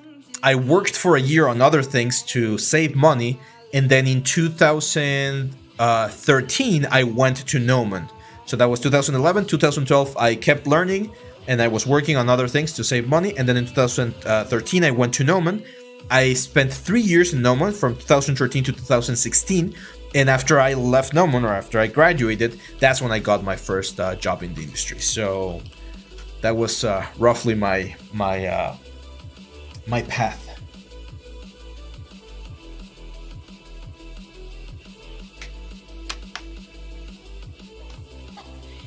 Is it possible to learn 3D by yourself, or do you need to take classes at schools? I think it is possible.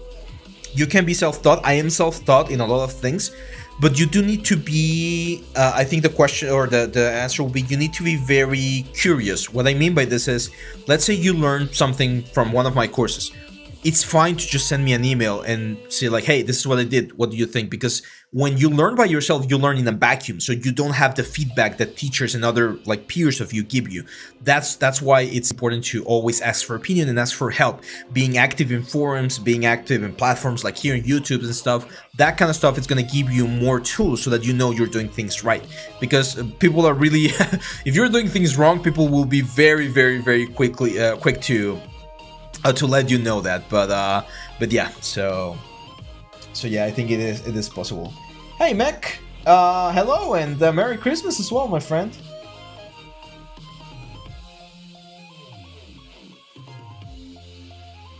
Am I a quad only guy or a little bit of triangles? Oh dude, I love triangles. Did you see the Fogling video? This was the Fogling video that we did, and it had so many triangles, like so many. I love triangles. But I do tell people, triangles are a double-edged sword, so you need to know how to use them. If you don't know how to use triangles, don't use them, because you're gonna have a lot of issues. Yeah, I love triangles.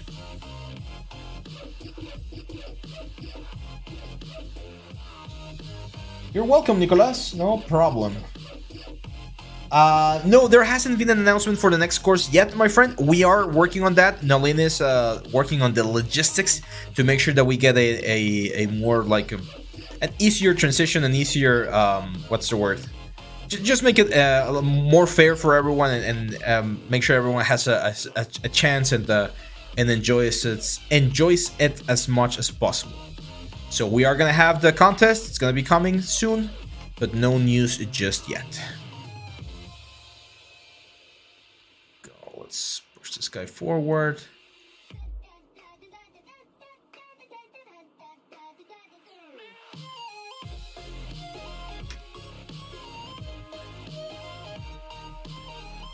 Let's throw in a quick render. This is a render setup that I had. It's the one that I use for the Fogling.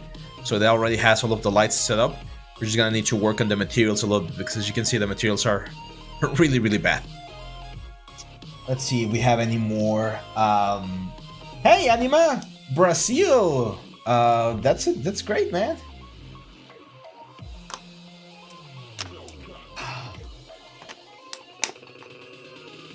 Is it a good idea to try and match the scenes from a big movie?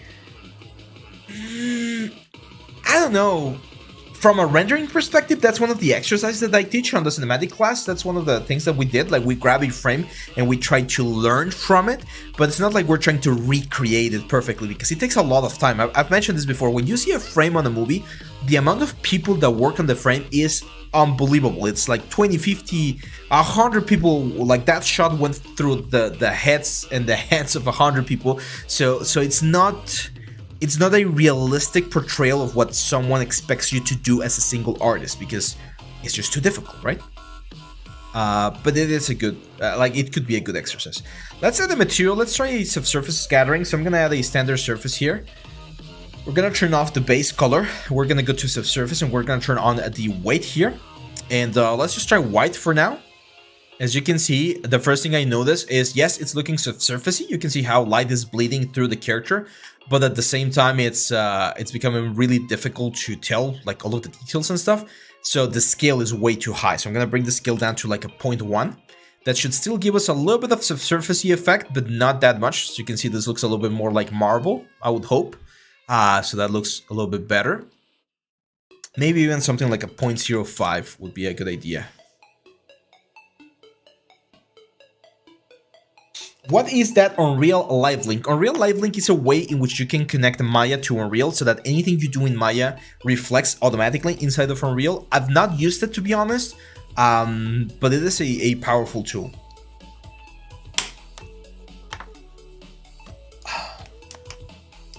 Arian says, I did a team project in which I was responsible for the 3D part with 2 other members, and the composition was done by my teammates. Can you please review it? Yeah, sure. If you want to send me a link, I can't write things.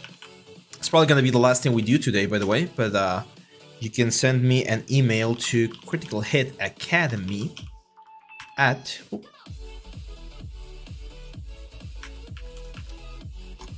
gmail.com. Let me know if you want everyone to see or if you just want me to see it. How to lose weight? I would love to know that, man. Every single year I've been going up and up and up. It's one of my goals this next year. I need to really go down because I've gained a lot of weight, and that's not good. It's not good at all. Okay, let's try a different surface color. Let's go for, let's try like a pinkish hue. There you go. I like that one a little bit better. That looks nice. Now what I'm gonna do here, or what we can do here is we can right click. I'm gonna delete this guy. We'll bring him back in just a second. I'm gonna double click that face, which is the hat, and I'm gonna right click and assign a new material to those faces. It's not something that you should do normally, but again, for the sake of this demo, we'll do it. Am I a foodie? What is a foodie? What is a foodie? By foodie you means someone that loves to eat? Yes, you could say I'm a foodie. I really like I really like delighting myself with some nice food. It's not fancy food or anything, it's just like chips. Okay, let's see. Let's go to face.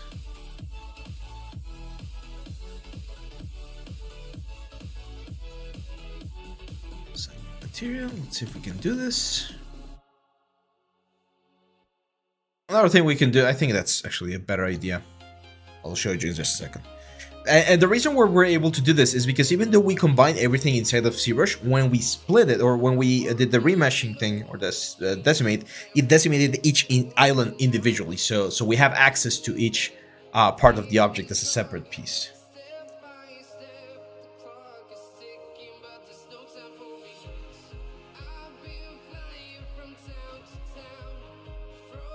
How is my chess going? Ooh, that's a great question. Actually, it's I made quite an improvement this year. I went from 1200th, which was my average last year, to 1500. So 300 points. Not bad, right? Not bad. In rapid, of course. Yes, I love spicy food, man. I love spicy food. Okay, so what I'm gonna do here is I'm gonna select the mesh, and I'm gonna say a mesh is separate. That should separate, as you can see, in objects, and usually objects are easier to work, so there we go. So this is gonna be just a dark, rough material, kind of like a cowboy hat. This one is gonna be a matte white material. And the eyes, same for this guy's right here. And the eyes are gonna be a glossy white material. So yeah, something like that.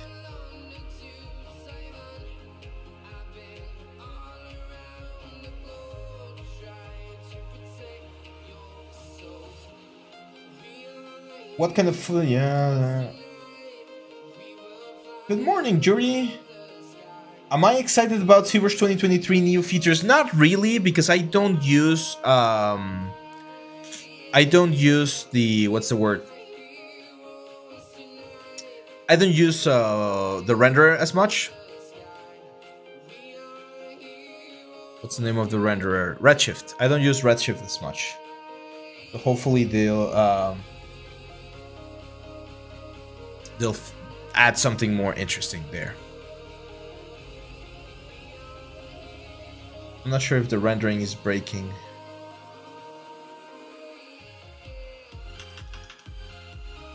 Hopefully this doesn't crash. The Unknown Man says, I have a problem with making in Substance Painter. My normal map is not baking on basis of high poly model. What is the problem? I checked for name and type of file. Problem is still the same. Did you make sure that the low poly and the high poly are in the exact same place? Because if they're not in the exact same place, that's one of the issues that you might have. That's probably one of the most common issues that I see people when they're doing that sort of stuff. Let me save this guy. What was the name? You guys mentioned Sam Elliott, right? Sam Elliott.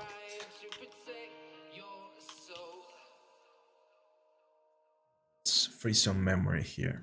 I do have enough RAM, but sometimes having a little bit extra is not a bad idea.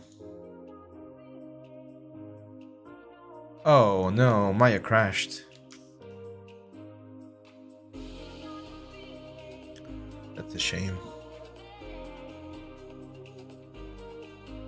Okay, well, if Maya doesn't recover the session, I'm gonna have to call it. But we'll finish today's live streaming with Arian's render. Yeah, unfortunately we didn't recover it. So Arian said this, like Avengers. It says Avengers like comparison clip. You're fine with me showing this to everyone else, right, Ariane? No problem.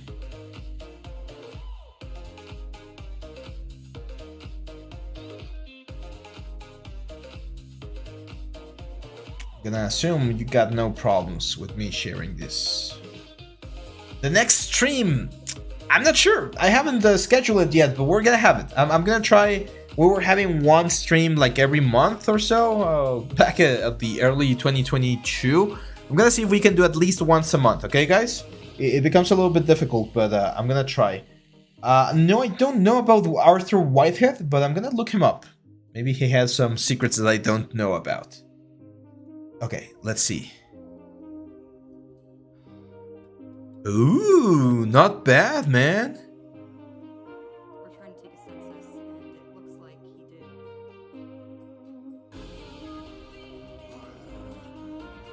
did. Dude, not bad. Okay, so let's take a quick look here.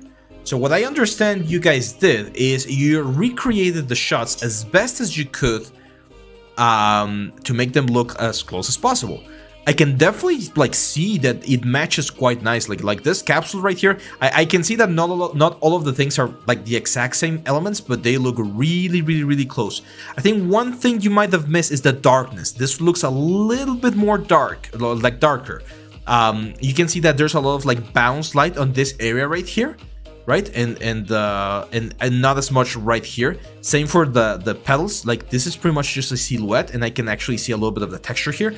So I'm not sure if you had a wall on the back side of the camera, like behind the camera, but like enclosing everything like in a box that's behind the camera. That could have given you a little bit more shadows on the 3D side of things when rendering. But the compositing looks really good, like the mask and everything. Looks really nice.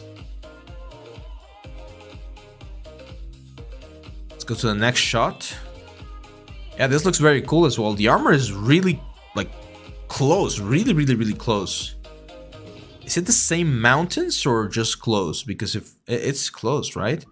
Yeah, I mean, congratulations, man. You were able to match this quite nicely. 3D wise, I can see that the texture on the wood right here, it's a little bit more elaborate than this one right here. This looks a little bit flat compared to the textures that we have. You can see how there's a couple of highlights on the wood, like the chipped parts and stuff.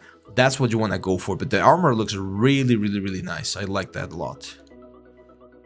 This shot's a little bit more difficult to understand or to compare. I can see like the can, I can see the chair. This is a lot more simple. The table looks good. And careful here with the caustics and stuff, because it looks a little bit plasticky and looks way more real over here. It's probably was a real one, by the way. Like it's far cheaper to just have one of these things be a real thing than CG. But I don't know, maybe they did it CG.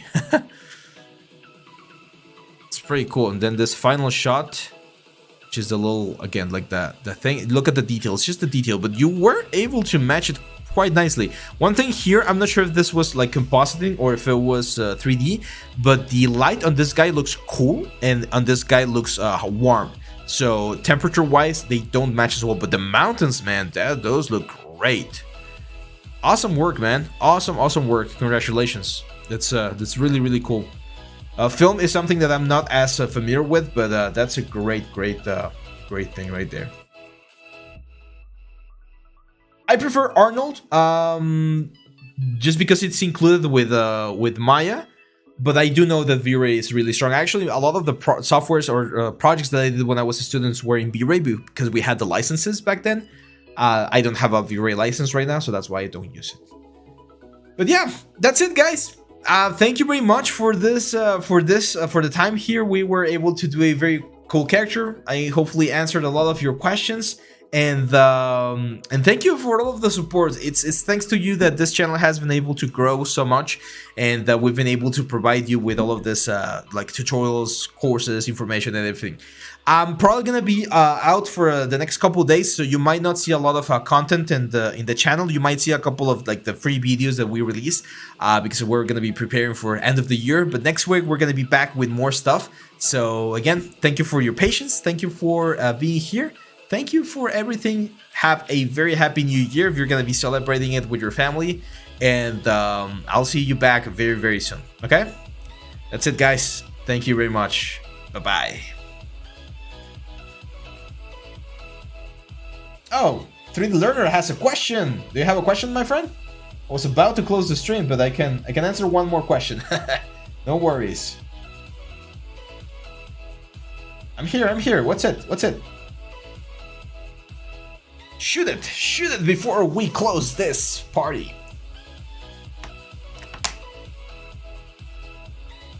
Oh, okay. You said that. Okay, I'm gonna take a quick look, and if I see that there's good information, I'll include that in the next couple of Arthur Whitehead 3D. Oh, okay, yeah. Okay, I see what you're doing. Or I can see what he is doing.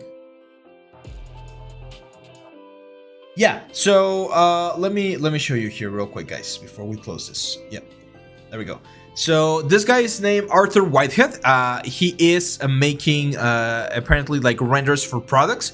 That's fine. And yeah, there's a lot of money to be made on the advertisement companies. Like if you can find a big client and sell stuff to those big clients, then yeah, that's great. One thing I would be a little bit aware of is you said that he's gonna make you a millionaire. I'm not questioning him. I will need to take a jump and look at his content, of course. But if we take a look at the amount of subscribers he has compared to other like big 3D like artists out there and the views and stuff, is he a millionaire? Maybe not yet. Maybe he will be. Maybe he's working towards that, and that's great. Take as much information as you can from everyone and work from there. Okay. So yeah, now that's it, guys. Thank you very much, and this is me signing out. I'll see you back in the next couple of days, and yeah, don't worry, 3D Learner. I'll take a look at his channel. I'll see any cool stuff that he might have, and I'll try to include that in the next couple of videos. Okay? Cool. Well, that's it, guys. Thank you very much. Bye bye. Happy New Year, by the way.